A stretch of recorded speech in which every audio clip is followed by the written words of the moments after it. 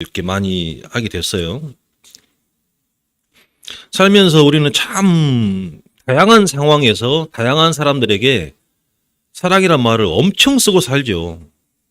근데 그 참 뜻을 알고 쓰는지 어쩐지 잘 모르겠지만 많이 씁니다. 근데 그 쓰는 사람들마다 각자의 정의는 있을 거라고 봐요.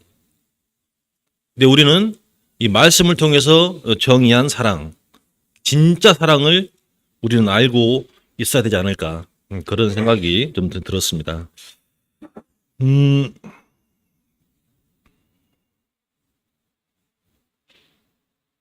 이 고린도전서 13장을 읽기 전에 제가 이제 이거 준비하면서 동영상도 들어보고 주석도 보고 또 짧으니까 한 13절까지 몇 번 읽어도 봤는데 어렵더만요. 참 어려워요. 어려울 수밖에 없죠. 제가 애들 가르칠 때 그 고등학교 2, 3학년 지문은 쓰레기 같은 지문들이 있거든요.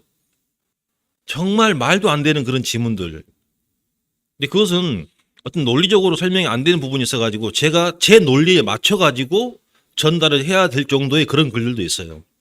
근데 그런 글들은 어렵다는 생각이 안 드는데 이 하나님의 말씀은 얼른 보기엔 쉽게 보여도 참 오묘하고 깊은 뜻이 있고 참 알아내기가 쉽지 않다. 저는 그런 생각이 들더라고요. 지금 고린도전서 13장을 제가 읽기 전에 그 배경을 잠깐 보면 12절에서 사도 바울 형제님께서 은사에 대해서 말씀을 하시죠. 은사에 대해서 말씀하시고 여러 가지 은사를 말씀하시는데 그 당시에 고린도 교회의 상황이 참 좋지 않았던 것 같아요. 특히 이제 고린도 교회에서의 그 은사 활용에 대해서 좀 안타까운 부분이 있으셨던 것을 파악하신 것 같아요. 특히 이제 방언에 대해서. 그 당시에 뭐 고린도 교회가 여러 가지로 복잡하고 또 그리스도 교회가 있었지만 그 도시 전체의 분위기는 여러 가지로 문제가 좀 많았던 도시가 아니었는가. 그런데 그런 도시 속에서 고린도 교회마저도 이제 은사나 어떤 특별한 그 모습을 가지고 있는 형제들이 그 은사를 활용하는 데 있어서 특히 이제 방언에 있어서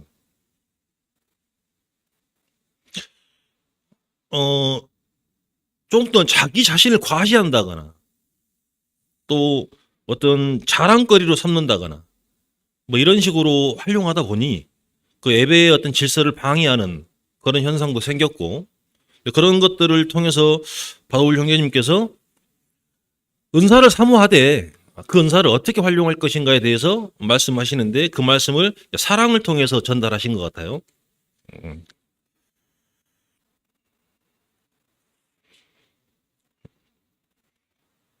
그 성령께서 주신 그 은혜의 선물인 그 은사에 대해서 사랑으로 받은 그 은사에 대해서 사랑의 바탕을 두지 않고 행하는 모습에 대해서 사도 바울 형제님이 언급을 하시면서 그 12장 31절에 보면 너희는 더욱 큰 은사를 사모하라. 내가 또한 가장 좋은 길을 너희에게 보이리라 하시면서 그 가장 좋은 길은 제가 보기에는 사랑이라고 생각되는데요. 그러면서 이제 사랑에 대해서 이제 언급을 하시죠. 특히 이제 어떤 배경은 고린도 교회 성도들의 어떤 은사 활용에 대한 어떤 상황에 따라서 사랑 말씀하신 것 같은데 또 그렇게 사랑 말씀하시는 과정에 사랑의 진짜 본질에 대해서도 말씀을 쭉 13장에서 하시는 것 같더라고요. 그래서 저는 말 그대로의 사랑이 무엇일까에 대한 본질에 대해서 조금 더 중점을 두고 한번 글을 보려고 했거든요. 뭐 14장도 12장, 3장, 4장까지 서로 관련성이 있다. 여러 가지 이제 말씀하시는데 저는 그런 거 싹 잘라버리고 그냥 13장만 가지고 사랑 무엇이냐 이 내용에 대해서 조금 더 생각해보고 묵상하는 시간을 가졌습니다.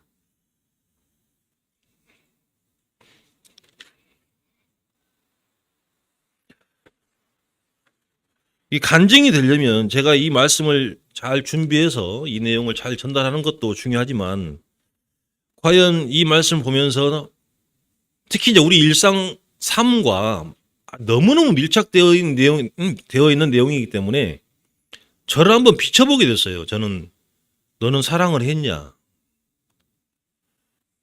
전혀 아니더라고요. 저는 가족에 대한 사랑, 자녀에 대한 사랑, 또는 뭐 성도에 대한 사랑, 또 학원에서 학생들을 보면서 느낀 사랑들, 저는 참 사랑을 곧잘 하고 있다고 생각했는데 보니까 너무 못했더라고요. 정말 말 한마디, 행동 하나, 정말 못해 왔는데 제가 이런 사랑장을 읽어보고 공부해서 이렇게 말씀을 전하리라고는 저는 꿈에도 생각을 못했습니다. 특히 놀라신 분이 있겠죠. 예.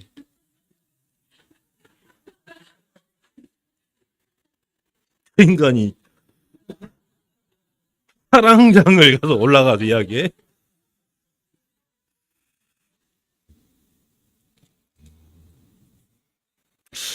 사랑을 바탕으로 하지 않는 그 어떤 은사도, 예를 들어서 말씀을 가르치는 지식의 은사, 뭐 지혜의 은사, 또 병 고치는 은사, 뭐 능력을 행하는 은사, 또는 뭐 애언, 방역, 방언, 통역 등등, 그 어떤 성령님이 주신 그 고마우신 은사도 사랑을 바탕으로 하지 않으면 아무것도 아니다, 이렇게 말씀을 하시더라고요.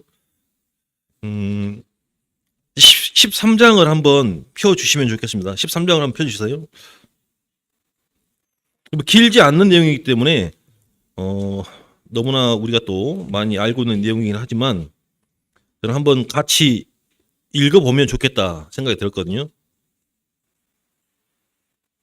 제가 시작하면 한번 같이, 저하고 같이 한번 1절부터 13절까지 한번 읽고 교제를 시작하도록 하겠습니다. 자, 13장 1절부터 시작. 내가 사람의 방언과 천사의 말을 할지라도 사랑이 없으면 소리나는 구리와 울리는 꽹과리가 되고, 내가 애언하는 능력이 있어 모든 비밀과 모든 지식을 알고 또 산을 옮길 만한 모든 믿음이 있을지라도 사랑이 없으면 내게 아무것도 아니요. 내가 내게 있는 모든 것으로 구제하고 또 내 몸을 불사르게 내줄지라도 사랑이 없으면 내게 아무 유익이 없느니라.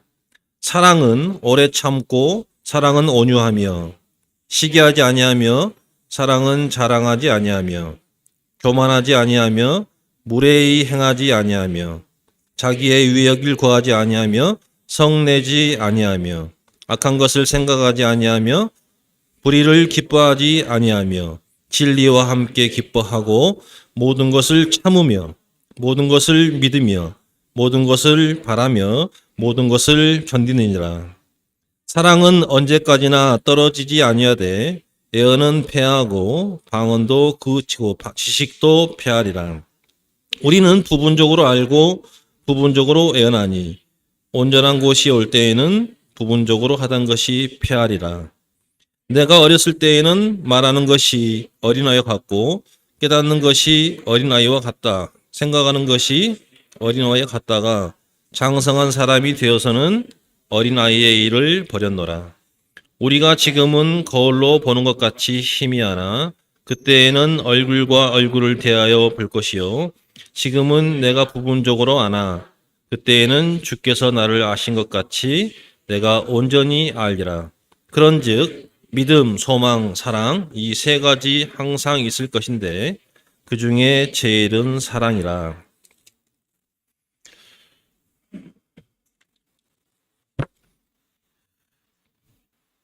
(1절에서) 보면 사람의 방언과 천사의 말을 할지라도 사랑이 없으면, 지금 아무튼 13장의 내용을 쭉 일단 정리해 놓은 것들을 일반적으로 보면 1절부터 3절까지는 사랑의 탁월성을 언급하고 계시고 4절부터 7절까지는 사랑의 특성, 사랑의 어떤 본질을 이야기하시죠. 그 다음에 8절부터 11절까지는 사랑의 영원성과 영속성을, 그 다음에 12, 13절에서는 사랑의 위대함을 이렇게 언급한다고 이렇게 단락별로 정리가 되어 있는 것을 보게 되었습니다.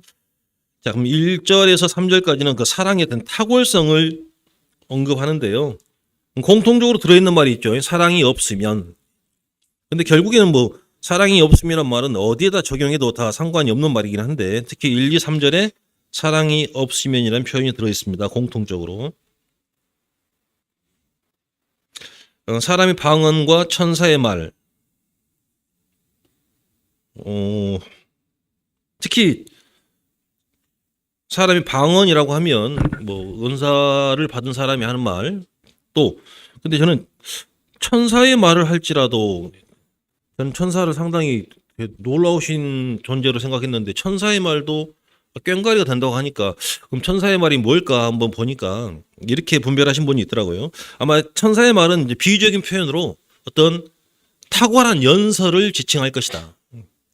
천사의 말은 어떤 대단한 은사를 가지고 말씀을 전하는 탁월한 연설을 지칭하는 게 아닌가. 원래 천사의 말씀은 실질적으로 성경 속에 등장하는 천사의 말씀은 정말 쉽고 간단하고 평이하고 저희들이 명확하게 알아먹을 수 있는 그런 이야기죠. 그죠? 뭐 그런 말같이 좋은 말이 어디 있습니까? 그래서 아무튼 저는 천사의 말이라는 게 어떤 그런 탁월한 연설의 은사가 아닌가 저는 생각이 들었고, 아무튼 사람의 방언이나 천사의 말이나 이렇게 선포된 말씀도 사랑이 바탕이 없으면, 사랑이 없으면 뭐가 된다고 나와 있습니까? 구리, 꽹과리가 된다고 나와 있네요. 단순한 소음이죠. 잘 때리면 꽹과리가 또 흥을 돋구죠. 잘못 때려버리면 징이나 꽹과리는 환장해불죠, 듣기에. 여기서 말하는 징, 꽹과리는 제 생각에는 막 두드려대는 그런 징이나 꽹과리겠지. 리듬 맞춰가지고 때리는 꽹과리는 아니겠지라고 생각을 했습니다. 아무튼 사랑이 빠지면은 그 어떠한 말씀도 아무것도 아니구나.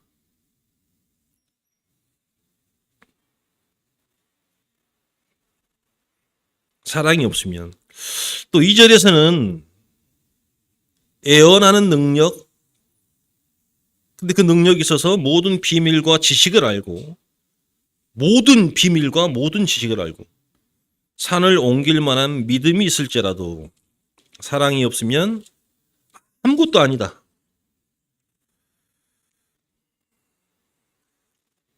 저는 2절을 보면서 상당히 놀라운 능력이 드러나 있는 것 같아요. 애언하는 능력에 그 애언을 통해서 비밀을 알고 또 지식을 알고, 그것도 조금 하는 게 아니고 다 알고, 믿음도 웬만한 믿음도 아니고 산을 옮길 만한 그런 믿음이다. 그런 놀라운 능력과 믿음도 만약에 이런 것들이 이제 자신을 위한다거나 자신의 유익을 위한다거나 또는 뭐 성도님들을 위한다거나 타인을 위한다거나 그렇지 않고 자신을 위하거나 또는 아무튼 이 능력들이 사랑의 어떤 근거를 두지 않고 이루어지는 능력이라고 하면 1절에서는 꽹과리, 징소리, 여기서는 뭐 아무것도 아니다 이런 식으로 언급을 하십니다. 사랑에는 뭐요? 사랑이라는 전제를 깔고요. 사랑이 없으면 아무것도 아니다.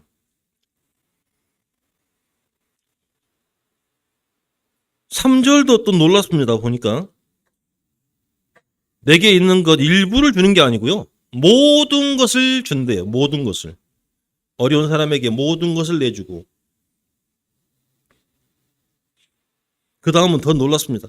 내 몸을 불사르게 내줄지라도. 죽어본다는 이야기죠. 아닌가요? 내 몸을 불사르게 내준다.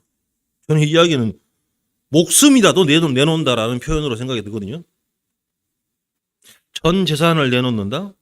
모든 것을 내놓는다? 쉽지 않죠. 연말연시에 보면은 재벌들 돈 많이 내죠. 20억, 30억씩. 회사 규모에 따라서. 즐겁게 낼까요?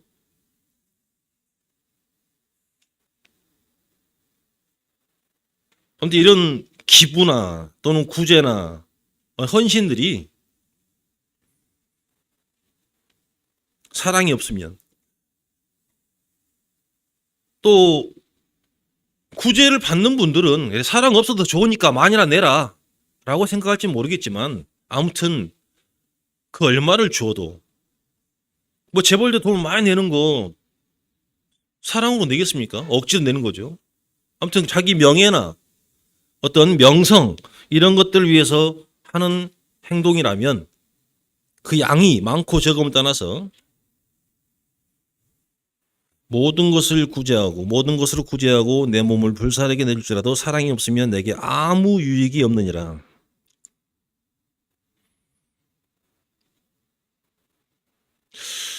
뭔가 목적의식을 가지고 자기 목숨을 내놔도 이게 사랑이 전제가 안 되면 의미가 없대요. 하물며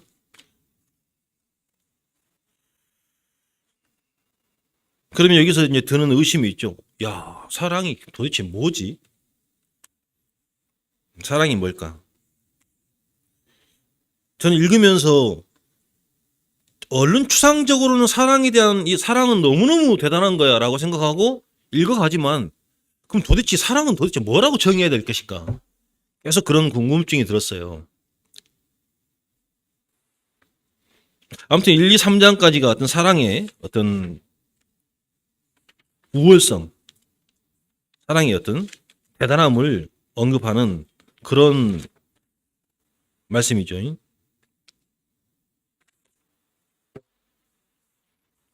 그리고는 이제 4절부터 7절까지는 사랑의 어떤 특성을, 본질을 이야기합니다. 이 부분이 좀 사실은 저는 이해하기가 제일 쉬웠습니다. 왜냐하면 저한테 잘 안 맞더라고요, 이야기가. 저한테 해당되는 이야기가 아니었어요. 저는 일단은 4절부터 7절까지를 사랑 자리에 우리 예수님을 넣고 읽어봤어요. 그리고 제 이름을 넣고 읽어봤어요. 또 이게 이렇게 잘 맞아떨어지는지 한번 읽어보겠습니다. 40분까지 채우라겠으니까. 자, 예수님은 오래 참고, 예수님은 온유하며 시기하지 아니하며, 예수님은 자랑하지 아니하며 교만하지 아니하며, 무례히 행하지 아니하며 자기의 유익을 구하지 아니하며, 성내지 아니하며 악한 것을 생각하지 아니하며, 불의를 기뻐하지 아니하며 진리와 함께 기뻐하고, 모든 것을 참으며 모든 것을 믿으며 모든 것을 바라며 모든 것을 견디느니라.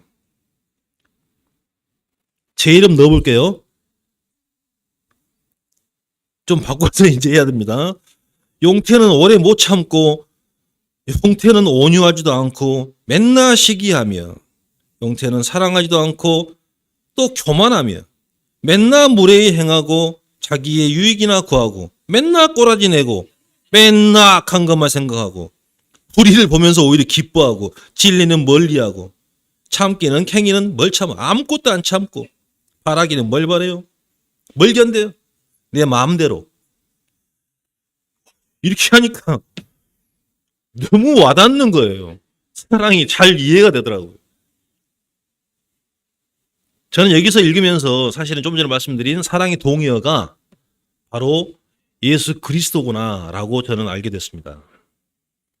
다른 그 어떤 말로도 정의 내리기 힘들더라고요. 저는 사랑은 예수 그리스도다. 또 한편으로 바꿔서 이야기하면 예수 그리스도의 본체는 사랑이시다. 저는 이렇게 결론이 나더라고요. 그러니 저한테는 사랑이 얼마나 힘들겠습니까? 사랑이 예수 그리스도인데요. 내가 예수 그리스도를 닮아가려고 조금이라도 예는 쓰고는 있지만 사랑을 정말 잘 실천하는 그런 모습으로 살아가기는 쉽지 않았겠죠.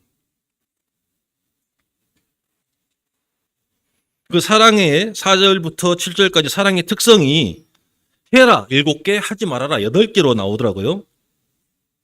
근데 그 중에 그런 단어들을 다 하나씩 음미하는 것보다 몇 개만 생각을 해보면요.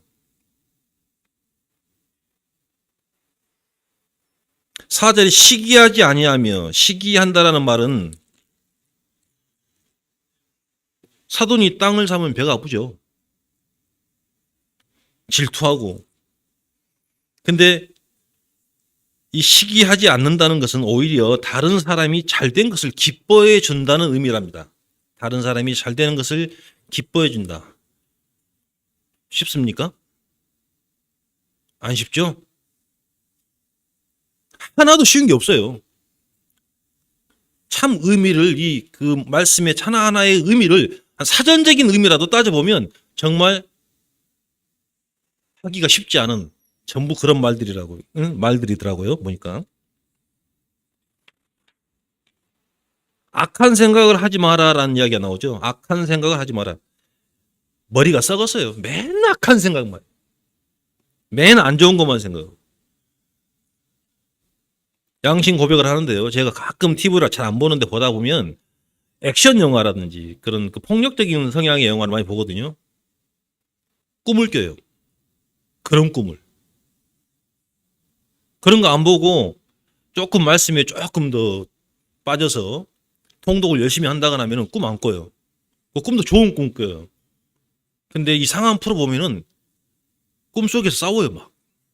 우리 자매가 뭐 하다가 모르겠어, 꿈속에.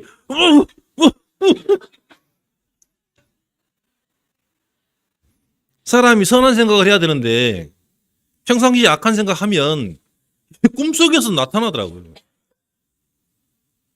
악한 생각을 하지 않는 자가 사랑을 소유한 자인데 그런 자들은 강교하지도 않고 정직하고 마음이 유순하고 악몽도 꾸지 않고 아무튼 사랑이 이렇게 좋은 것임에도 불구하고 잘 못하는 그런 모습을 한번 생각에 빠졌습니다. 아무튼 불의를 기뻐하지 말라는 이야기도 불의도 보면요. 사람의 본성에 그런 불의를 기뻐하는 어떤 비열한 본성이 있대요. 오히려. 항상 참으래요. 항상. 항상 참으래요. 다른 사람의 결점을 보면 덮어주고 오히려 그렇게 다른 사람의 결점을 덮어줌으로 해서 다른 사람을 보호해주는 그런 마음. 참으래요. 덮어주래요. 까발리기 좋아하잖아요, 우리는. 근데 항상 참는다는 마음은 바로 그런 마음이라고 합니다. 우리 주님은 우리의 모든 쓰레기 같은 죄를 다 덮어주셨잖아요. 그죠? 참아주시고. 멀리 볼 필요도 없이 나만, 다른 분들은 제 마음 모르죠. 사람 속 어떻게 합니까? 그죠? 근데 우리 주님은 내 속 다 알잖아요. 까만 속을. 상종도 안 하고 싶겠죠? 근데도 덮어주시잖아요. 우리 주님은. 사랑의 본체이시니까.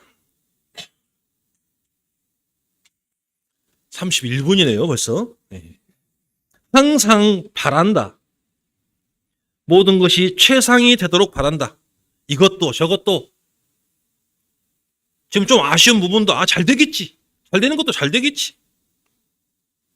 모든 게 잘 될 거야. 긍정적인 마인드. 모든 게 다 최고가 될 거야. 생각하는 그런 마음들. 또 항상 견디라는 그런 마음. 항상 견딤. 누가 날 두드려 패도, 핍박을 해도, 부당한 취급을 해도 견뎌라.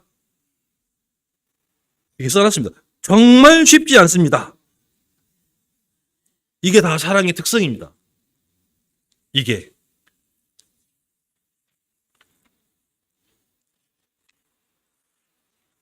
저는 이 사랑의 특성을 보고 이제 알았으니 조금이라도 바꿔가는 게 그리스도인으로서의 나의 앞으로 나아갈 방향이 아닌가 저는 그런 생각했었고요.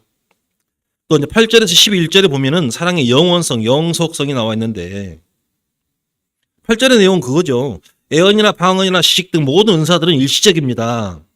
그러나 우리가 그리스도인이 본향에 이르렀을 때 또 주님을 만나는 영원 상태에 이르렀을 때 이러한 은사들은 사라지지 않겠느냐.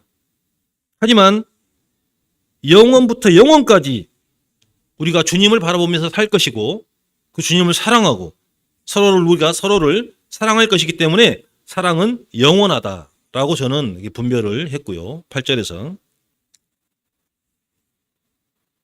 9절 10절의 내용을 보면요. 부분적으로 알고 부분적으로 예언하고 온전한 곳이 올 때는 부분적으로 하는 것이 편하리라. 저는 주님을 영접하기 전과 영접 후로 한번 나눠봤어요. 영접 전에는 애언이나 방언이나 지식이나 모든 것들이 존재하고 필요한 은사로서 활용되지만 이런 부분들은 결국은 사라질 것이다. 하지만 주님 영접 후에는 이 사랑의 본체이신 우리 주님을 만나게 되었을 때는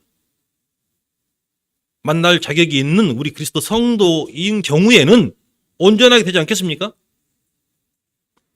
그런 온전한 상태는 영원히 지속될 거고요. 예. 저는 너무 감사했습니다. 너무 감사했고요. 이런 말을 할 수 있는 자격을 갖춘, 근데 제가 그리스도인이 됐다는 게 또 이 부분들을 읽으면서는 너무 감사가 됐습니다. 11절이 제일 어렵더라고요. 사랑과 연결시켜 보자니 11절이 너무 이렇게 무슨 말일까? 어떻게 정리해야 될까? 근데 여기서 또 많은 자료를 찾아보고 정리를 해볼까 했는데 시간은 안 되고 핑계죠. 아무튼 11절이 제일 어려웠는데 제가 그냥 나름대로 분별한 대로 그 어린아이가 도대체 뭘까라는 생각을 해봤는데 그 어린아이라는 표현은 지금 현재의 우리의 언어, 사고 또는 지식 등이 사실을 알고 보면 극히 제한적이고 미성숙하다. 그런 모습을 나타내는 말이 아닌가 저는 그런 생각이 들었거든요. 그래서 이러한 이 어린 상태를 우리가 버리고 사랑을 통해서 참 그리스도인으로 성장해 나가야 되겠다. 뭐 이런 정도로 좀 정리를 해봤습니다. 혹시 분별이 다르신 분들은 좀 더 저한테 도움을 주시고 싶으신 분은 나중에 교제할 때 좀 말씀해 주시면 제가 이 11절이 잘 이해가 안 돼가지고요.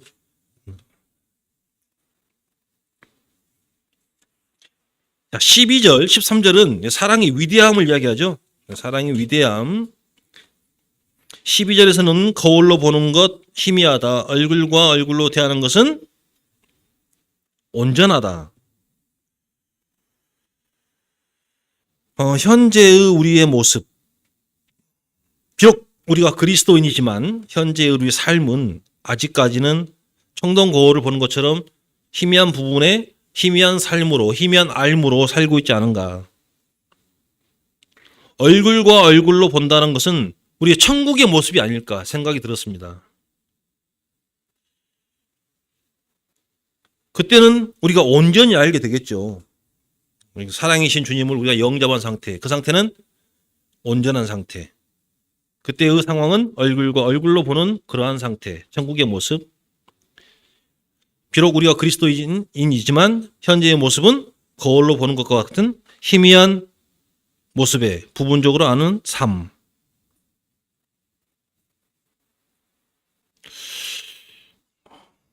주님을 영접한다라는 말을 제가 이제 몇 번 쓰면서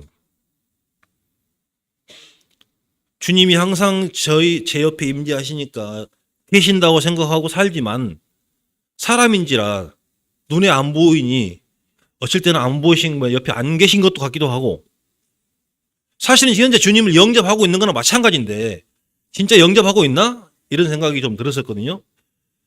그래서 드는 생각이 죽어야 만나나? 이런 생각이 들더라고요. 근데 그건 또 아닌 것 같고.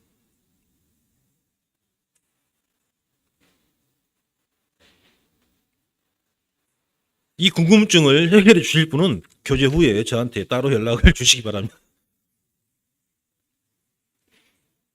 자, 13절은요. 제가 굉장히 많이 들었던 말이거든요. 믿기 전에도. 믿음, 소망, 사랑 중에 그 중에 제일이 사랑이라.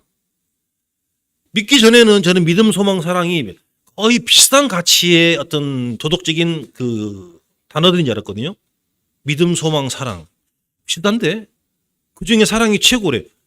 잘 납득이 안 됐어요. 사랑도 몰랐거니와 믿음도 소망도 뭔지 모르니까 그냥 글자 그대로 뭘 믿는데 바라본데 근데 사랑이래. 근데 그 중에 최고가 사랑이래. 저는 그 중에 사랑을 꼽는 이유를 전혀 몰랐어요. 근데 지금 보면 제 생각에는 제 분별엔 그렇습니다. 그럼 믿음은 보이지 않는 주님을 마음속에서 계속 새기고 살아가는 그런 모습인 것 같고요. 소망은 우리 주님 영접을 간절히 바라는 마음. 이렇게 정의를 해봤거든요. 그런다면 이 믿음과 소망은 우리 주님 만나게 되면은 사라질 개념이 아닌가? 이런 생각이 들었어요. 그렇지만 사랑은 지금도 사랑으로 살아가야 되지만 이 현재 살아가면서 살아가는 사랑도 부족한데 이 사랑이 오히려 주님을 만났을 때 완성이 되고 그 사랑 때문에 그 사랑으로 영원히 살 거 아닙니까? 그래서 사랑이 셋 중에 제일이구나 라는 생각을 이제서야 조금 왜 믿음, 소망, 사랑 중에 사랑이 제일이다라고 하는지 조금은 제가 알게 되었습니다.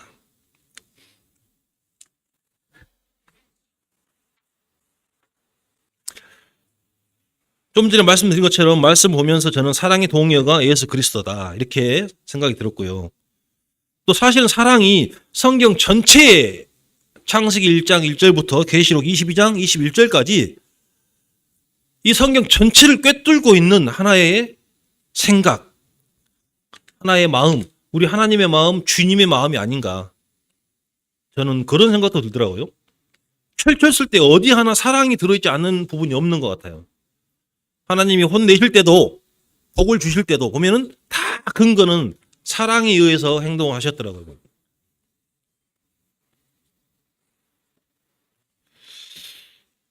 사랑은 그거 참 어렵다 생각이 들지만 제가 이제 그리스도인이 됐기 때문에 다른 믿지 않는 사람들은 어려울지언정 저는 방법은 충분히 나는 활용해서 사랑을 쫓아갈 수는 있겠다 하는 게 아니고 우리 주님만 바라보며 의지하고 살아가는 모습으로 성도의 삶을 꾸려간다면 사랑이 저한테 조금씩 드러나지 않을까 저는 그렇게 생각이 들었습니다. 어떤 분이 이렇게 하게 돼요. 이론만 파지 말고 삶에 적용을 하라고. 이론만 파지 말고. 제가 그랬어요. 아니 뭘 알아야 면장을 하지. 사랑도 적용하려면 사랑이 뭔지 좀 알아야 뭐 적용도 하지. 이렇게 공부하면서 적용도 생기지 않을까요? 이 내용을 파악되고 사랑이 뭔지 조금 알아야 저는 그렇게 생각이 들더라고요. 아무튼 사랑을 실천하는 성도가 되겠습니다. 지금까지 지내왔던 아내를 대하는 모습이나 자녀를 대하는 모습, 부모님을 대하는 모습, 우리 성도님을 대하는 모습에 사랑이 많이 빠져 있었던 제 자신을 많이 반성합니다. 사랑을 많이 키워가겠습니다. 이상입니다.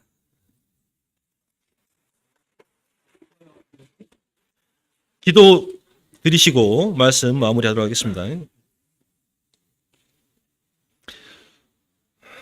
하나님 아버지의 사랑으로 저희들이 세상에 존재하고